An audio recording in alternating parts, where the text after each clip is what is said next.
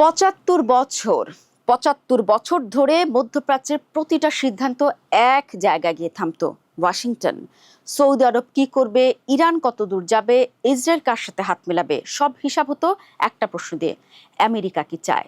কিন্তু ২০২৬ সালে এসে সেই হিসাবটাই বদলে গেছে। সৌদি আরব নিজে থেকে ইরানের সাথে বসছে, চীনের কাছ থেকে অস্ত্র কিনছে, আমিরাত ওয়াশিংটনের অনুমতি ছাড়াই নিজের পথ ঠিক করছে। তাহলে কি আমেরিকান সাম্রাজ্যের যুগ শেষ, নাকি এটা আরো বড় একটা খেলার শুরু মাত্র? দর্শক, উপসাগরে চলছে টাকার প্রভাবের লড়াই। সৌদি আমিরাত গত 10 বছর ধরে নিজেদের মতো চলছে। ইরানের সাথে সমঝোতা, চীনের সাথে অস্ত্রের চুক্তি, যেখানে যার সুবিধা সেখানেই যাচ্ছে। এটা আমেরিকা বিরোধিতা নয়, এটা স্বাভাবিক হিসাব। পৃষ্ঠপোষকের গ্যারান্টি যখন আর নিশ্চিত মনে হয় না, তখন সবাই ঝুঁকি ভাগ করে নেয়। সাথে চলছে ইরানকে ঘিরে আরেক লড়াই, সরাসরি যুদ্ধ না, প্রক্সি স্যাবোটাজ, মাঝে মধ্যে সরাসরি হামলা। আসল প্রশ্ন একটাই, ইরান কি নিজের সীমানায় গুটিয়ে যাবে, নাকি প্রচলিত সামরিক শক্তি দুর্বল বলেই পরমাণু অস্ত্রের দিকে আরো জোরে ছুটবে? যখন ইসরায়েলের আরব বিশ্বের সাথে সম্পর্ক স্বাভাবিক হচ্ছে, ঠিক তখনই ফিলিস্তিন ইস্যু আরো জটিল হচ্ছে। বাইরের শক্তিরা এটা সমাধান করতে চায় না, শুধু সামনে রাখতে চায়। আমেরিকা এখন এই অঞ্চলের সবচেয়ে বড় সামরিক শক্তি। ক্যারিয়ার গ্রুপ পাঠাচ্ছে, বিমান হামলা চালাচ্ছে, এমন নিষেধাজ্ঞা দিচ্ছে যা অন্য কেউ এড়াতে পারছে না। তাহলে বদলটা কোথায়? বদলটা শক্তিতে না, বদলটা অনুমানে। আগে সবাই ধরে নিত মধ্যপ্রাচ্যে যা ঘটবে সেটা শেষ কথা বলবে ওয়াশিংটন।